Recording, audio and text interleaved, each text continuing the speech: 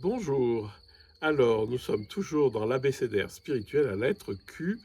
Et là, il y a un mot évidemment qui est important, c'est le mot quies en latin, comme les boules qui est, Q-U-I-E-S, qu'on traduit en français par la quiétude, par la paix intérieure, etc.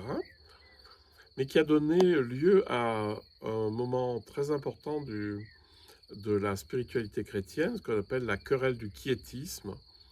Donc à l'époque de Bossuet, de Fénelon, etc., autour d'une femme qui s'appelait Madame Guyon, qui a écrit des ouvrages importants, qui a été, à la fin, elle a été jugée, mise en prison, parce que ce qu'elle disait, c'était à peu près incompatible avec ce que voulait l'Église de l'époque. Surtout l'Église française, l'Église de France.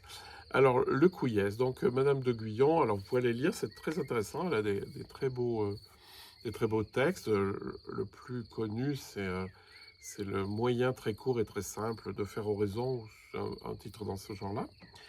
Et en fait, elle prône l'abandon de tout vouloir faire dans la prière, c'est-à-dire de tout désir de demander des choses, de faire des choses, de me transformer, de faire des choses, mais juste de demeurer dans le grand silence intérieur.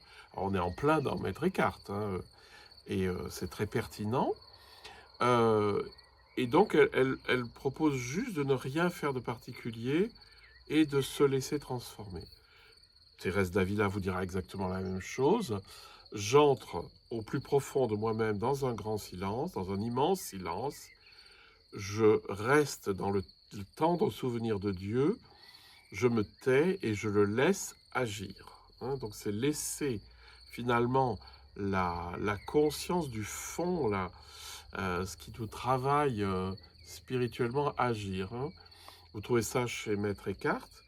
Avec Madame Guyon, ça s'est mal passé parce que vous pouvez aller relire tout ça, c'est intéressant, mais euh, si vous voulez, le quiétisme a été accusé euh, de finalement d'enlever des âmes à l'Église parce que du coup, on n'a plus besoin de la médiation de l'Église.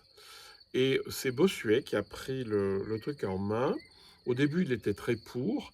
Et puis finalement, à un moment donné, il s'est dit, mais si les gens sont dans le grand calme et qu'ils sont unis à Dieu, ils vont plus venir à l'église parce qu'ils n'ont plus besoin de l'église. Et c'est très ennuyeux. C'était dit noir sur blanc, hein, c'est pas, je l'invente pas, c'est pas un jugement. Hein. Et donc il y a eu une querelle entre Bossuet d'un côté et Fénelon, qui lui défendait plutôt, enfin qui défendait Madame Guyon.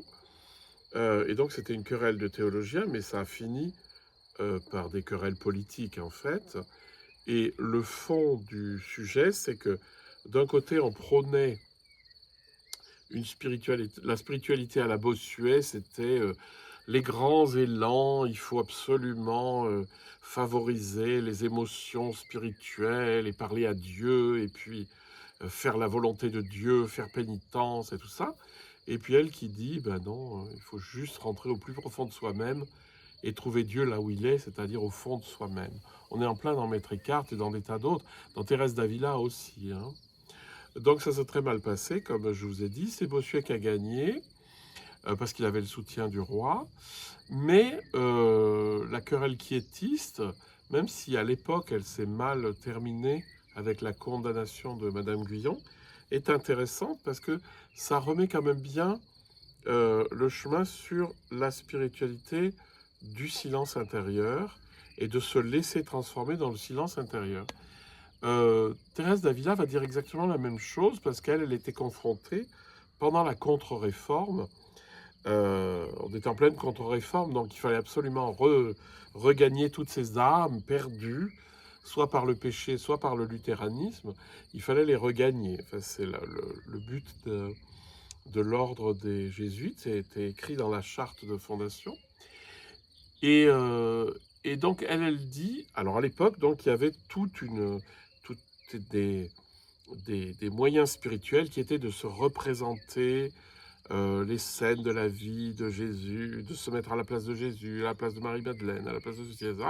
Enfin, de beaucoup travailler la représentation intérieure pour évoquer les émotions spirituelles qui allaient avec. Donc c'est exactement la même chose qu'à l'époque de Bossuet, mais les grands spirituels, eux, ils passent parfois par ces espèces de grands élans mysticaux, amoureux, passionnés, pour se rendre compte que la réalité de l'union à Dieu, elle est infiniment plus calme, elle est dans cette espèce de grande présence, et c'est là où le quies a son importance, c'est descendre dans le grand calme de l'esprit. Voilà, ben bon quies, c'était l'abécédaire spirituel à la lettre Q, le quies. Bonne soirée.